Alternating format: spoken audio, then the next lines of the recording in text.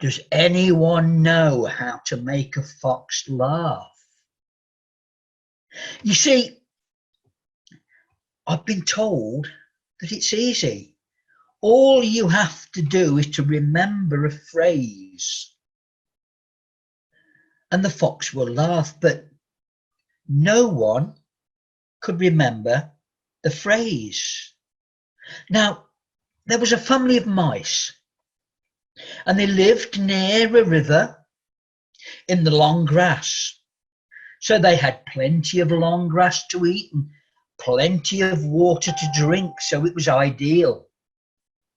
But every morning the fox would come down to take the water and then with a mouthful of water take it back to the family.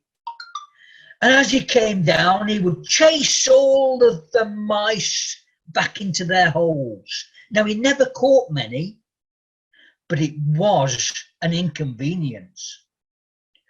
So the mice held a meeting, and the leader of the meeting said that he wanted to play a trick on the fox to get his own back.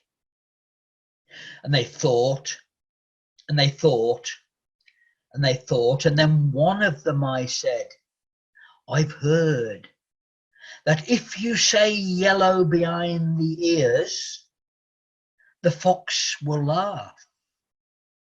And so they decided to try it. The next morning, as the fox came down to the river, he chased them back into their holes, but this time they all came out again and hid.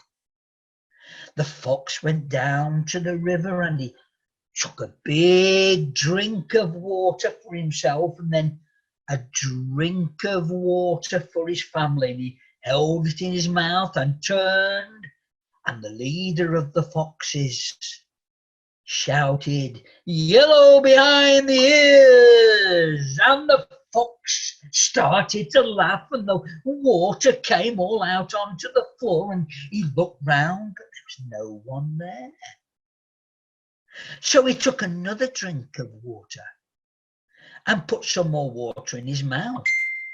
And this time as he walked away, they let him get a few paces from the river and they shouted, yellow behind the ears. And he started to laugh again and all the water came out. He looked round and he couldn't see anyone. And so he went back to the river and he took another mouthful of water. And this time they let him get 10 yards away before they screamed, yellow behind the ears. And he laughed again, and this time he was so angry.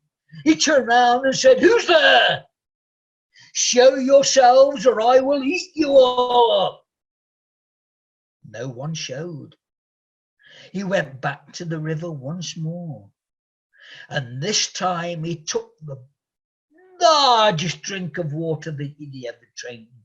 His cheeks bulged and his eyes were popping out. And he thought to himself, this time, no matter what they say, I will not laugh. He turned and he looked and he started to walk, but this time they let him get nearly to the top of the hill before they all screamed together, yellow behind the ears. And he tried and he tried and he tried. All the water came out. And as he looked, no one was there. He suddenly thought, ghosts. And so he walked back to his lair and he told his wife the tale, but she was not impressed and made him go out again and get some more water.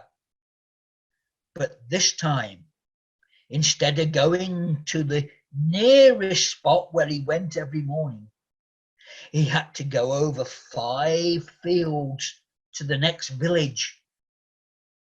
And you know, to this day, he's done the very same thing. Thank you.